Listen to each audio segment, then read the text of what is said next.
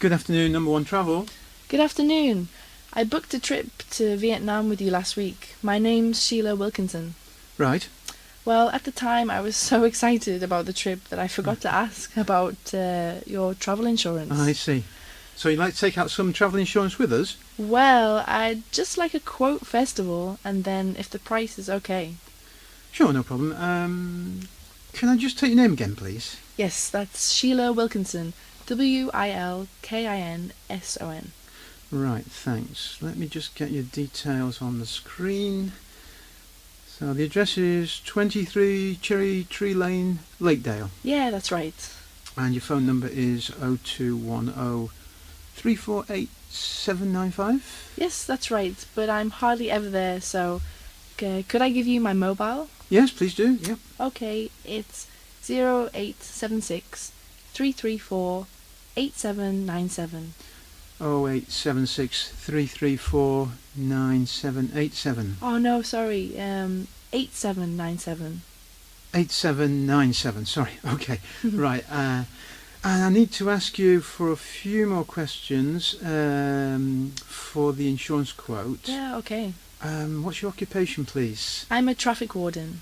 Okay, and I assume you're under 65, are you? Yes, I am indeed. Okay, fine. And do you suffer from any long-term illnesses at all? No, quite healthy so far. Okay, good. And can I ask you which insurance company you normally use? It seems to be the first time you've used us or asked us for a quote. Yes, no, I don't mind.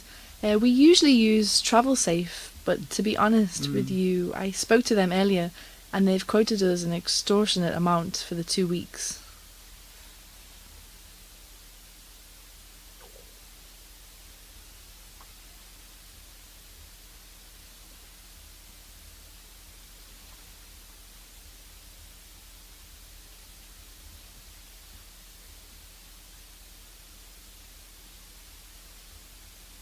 I see. And could you possibly tell me how much our competitor is quoting you? Yeah, about £150. Oh, hang on a second. I've got it here. £159.50 total. Well, I'm sure we can improve on that. I hope so. Right, so could I just take your partner's full name, please? Yes, that's Brian Bennett. N-T-T. Okay, and again, I assume he is under 65? Yes, he is, yeah.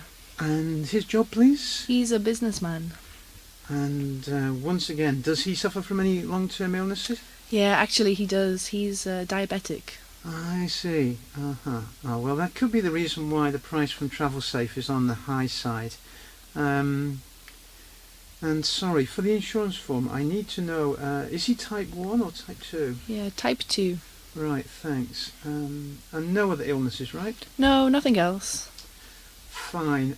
Just one final question then. Your trip to Vietnam, I'm assuming it's holiday, not a work trip. Well, actually my partner will probably be doing some business over there, so I suppose it's both.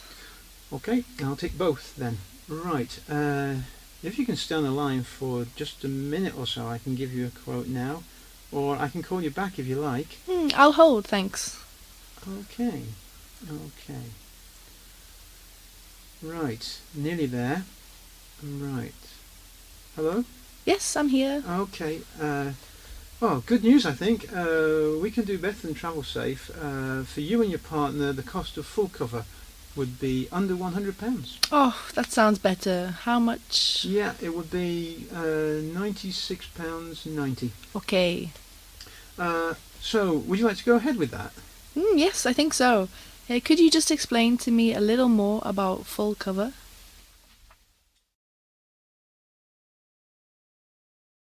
Thank you for calling the Airport CityLink helpline. There are several ways of getting to the city centre from the airport. The first and perhaps cheapest option is to take a taxi. There are always plenty of taxis outside, so you never have to wait for very long. This is not the cheapest option, of course, but you do not have to worry about paying the correct fare. The taxi drivers in our city are very honest, and the price is set by the meter. As a guideline, depending on the time of day, you shouldn't need to pay more than about $38. The second option is to take the shuttle bus. This usually takes longer than a taxi, of course. The journey to the centre is about 40 minutes, and the buses are a little infrequent. They run about every 20 minutes. So if you've just missed one, your maximum journey time would be about an hour. The fare is very reasonable though, $9 for a single or $14 return. One more thing is that for this service you need to buy a ticket from the shuttle bus kiosk before getting on. This is important because the driver cannot sell you a ticket. The third option is the Metrolink. There are trains that leave the airport every 15 minutes and arrive in the city centre in about 25 minutes. Please note that the city centre metro station is not located in the main hotel district. So if your hotel is there, you may have to have a 10-minute walk before arriving at your hotel. The metro fare is $19 one way and there are no return fares. Again, you do have to buy your ticket before boarding the train. Finally, if you're planning to do some day trips out of the city, it may be worthwhile renting a car at the airport and dropping it off there too. All the main car hire companies have kiosks in the arrivals lounge. Please see the map for further details or stay on the line to hear location information for the CityLink services.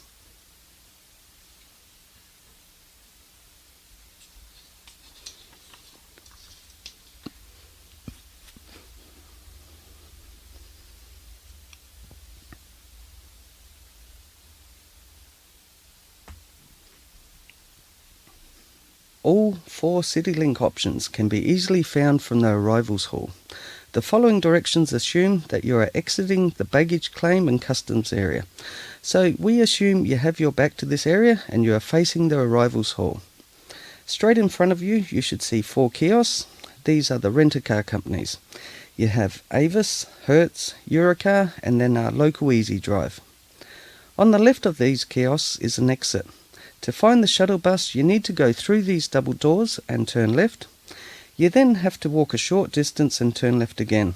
You'll see the shuttle bus stop in front of you and the ticket kiosk next to it. If you've decided to take a taxi, then again from the arrivals hall with the car rental kiosk in front of you, turn right. There is another exit door after the airline help kiosk. Go through these double doors and turn right. You need to cross the first road because this is a bus lane. Look to your right and you'll see a taxi rank. Don't go straight ahead because that takes you to the car park. Finally, if you'd like to take the metro, you need to take the escalator down to the station. You can find this escalator in front of the airline help kiosk. The ticket office is at the foot of the escalator. One final tip, if you need to change money, there are 3 banks located at the far end of the arrivals hall, past the airline help desk.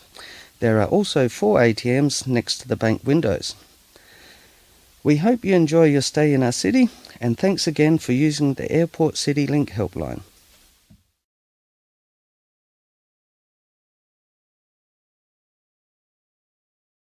Good morning. Good morning. I understand you're offering free advice now for people who have booked to go on adventure holidays with you. Yes, it's a new service, and as you say, free for people who have booked with us. So you've actually booked an adventure holiday? Yes, I have.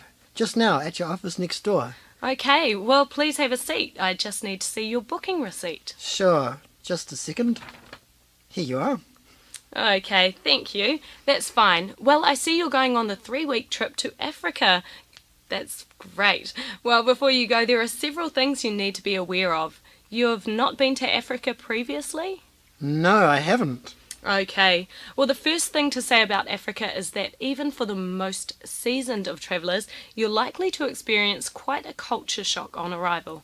I mean, the moment you arrive at the airport, you'll probably be quite taken back by the noise, the heat, the volume of people, and the volume of people wanting your attention. Be prepared to be heavily pestered. Wow, okay. The other point we must talk about right from the start is, unfortunately, safety. Right. How dangerous is it at the moment? Well, of course it depends where you are, what time of day, and what you are doing. And by that I mean you can influence the situation yourself by your own actions. One simple example of what I mean is carrying an expensive camera around with you in full view of everyone. Doing something like that can make a situation more dangerous than it would otherwise be. So you have an influence over your own safety, up to a point. I understand. Other things that you should avoid doing are getting cash from ATMs which are located outside. Never carry large quantities of cash with you, of course. Don't wear a watch, no matter what its value, you could be inviting trouble. Regarding transport, if you're going to rent a car, be warned that the standards of driving are extremely variable. In some areas, the roads are very dangerous indeed, with very few drivers keeping to any highway code. If you take a bus or train, always keep your valuables in your carry-on luggage. And, regarding your passport, be extremely cautious who you show it to. And probably, the best place to keep it is in a hidden money belt. Passport theft is quite common. Wow, right. I can see that I need to be really careful. Indeed, but in my experience it's well worth it. I went there 2 years ago and had the best time ever.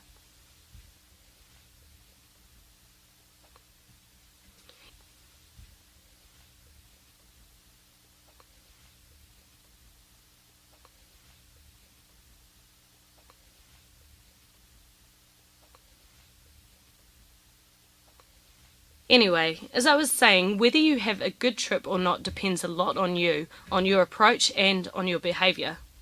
I have to remember this is a completely different culture to my own.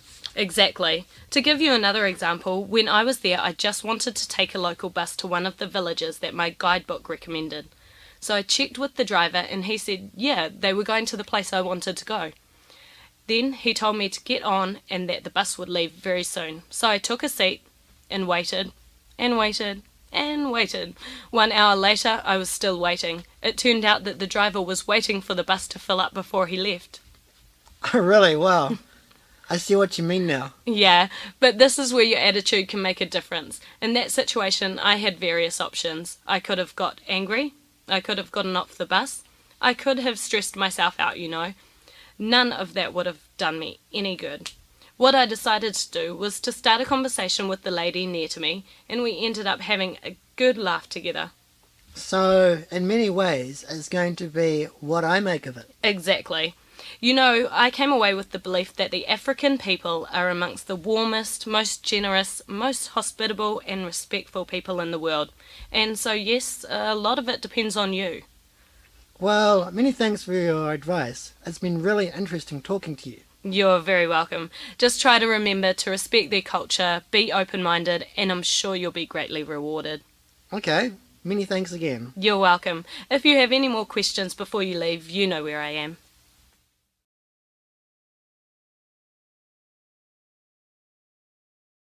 Good morning everyone and welcome to Travel and Tourism Module 6. So far we've looked at how this industry is structured and some of the changes that have had a large impact in recent years. Last time, for example, we touched on the influence of the internet allowing people to book online and to share their travel experiences. Today we're going to consider another trend, which is making a huge impact on the market at the moment, the low-budget hotel. Imagine, if you will, for a moment, that you're in the process of booking a short break. You've chosen the destination, you've got your flight, the only thing left is where to stay. You have an idea in mind as to how much you're willing to spend, so you start your search. Now you might well conduct your search by first seeing what you can get for your money. No doubt you'll also consider the location of the hotel, how close it is to where you want to be, and also you'll have a tolerance level for how much discomfort you're prepared to put up with. Now, if you were a hotelier, trying to see things as your potential customers do, you might come to the conclusion that the best product to offer is a hotel with 3-star comfort, centrally located, and at a price that will not break the bank. This would make sense, would it not? According to most of the recent and credible research carried out in this area, however, this hotelier would probably not see his hotels fully booked. The reason? The shift towards the low-budget hotel. In the previous assumptions we made, we included the comfort level of the hotel. We assumed that most people do not want to stay in a grubby hotel and that the majority of us cannot afford to stay in a luxury accommodation. So if we wanted to aim our hotel at the majority of the market, a 3-star product would be our best bet. However, this latest research reveals that it is this very issue of comfort and how it is defined by the market, which is creating opportunities for the low-budget hotels and potentially creating a significant threat for the Hiltons of this world. What management of the low-budget chains have been able to do is to identify extremely clearly what defines a comfortable hotel for most people. These findings are indeed intriguing. For example, the hotel industry has for a long time assumed that a hotel room to be perceived as being comfortable, it has to be spacious. Well, according to the latest research carried out on behalf of a group of budget hotels, this is simply not the case. Sure, space is on the customer's checklist, but most of the time it doesn't even make the top 3, and in some cases it is outside the top 5 customer priorities. Let's have a look at these findings and their implications in a little more detail. These budget hotel groups then, it seems, have stayed close to a basic marketing principle. Success depends on how well you know your customers, and with this concept in mind, they have been meticulous in their market research. Not only have they been able to determine, for example, that the space in a hotel room is not priority for guests, but also they've gone one stage further in establishing just how much space is considered to be enough by these customers. This, of course, is extremely valuable information in an industry where space is such an integral part of the business. So what they're doing is getting closer to their customers and finding ways to cut costs at the same time. Some other points of interest from this latest research. Firstly, a good night's sleep. From the slide, you can see that this occupies the number 1 or number 2 spots across the age range included in the research. And when the researchers broke this down further, what people value most highly is a firm to medium firm double bed and a quiet room. If we look at the lower priority items, we might be surprised to see that a television, for instance, is not even in the top half of the priority list. Considering these 2 points alone, our budding hotelier might be wise to invest in new beds and double glazing rather than spacious rooms with state-of-the-art TVs. And this is precisely what some of the budget hotel groups are now doing. Coming back to the customer priority list, we see that cleanliness is always in the top 3. Also of high customer value, it seems, is a shower. A shower rather than a bath, that is. Again, you can see the clear opportunities for space saving and cost cutting here. Let's look at a real example. This photo shows a typical hotel room in a Sleepwell hotel, the budget chain launched last year. The rooms are just big enough to accommodate a double-sized bed, the windows are indeed double glazed, and there is a small but sufficient bathroom with a shower. And from what we can see here, the room at least gives the impression of being spotlessly clean. Here's a photo of the reception area again. Looks very clean, not much space, but it seems friendly. Staff are on hand. Let's now consider the results of a survey compiled by the ITB just 2 years ago. If we go to the data compiled for the more traditional 3-star hotel, the hotel that you'll remember our budding hotelier thought was certain to be a success, we can see some very interesting links with the budget hotel data. First and foremost, space. From these figures, please note, it seems the average reception area is often larger than a single room, and second, the rooms themselves are reasonably large in order to gain their 3-star status. Turning to common customer complaints in this sector, we can see unusable space in the room, mattresses which are too soft, and a lack of the required level of cleanliness, to name but a few. You can see where all this is going. So, ladies and gentlemen, I will make these 2 reports available to you for you to consider in more detail. Your assignment for this module is as follows.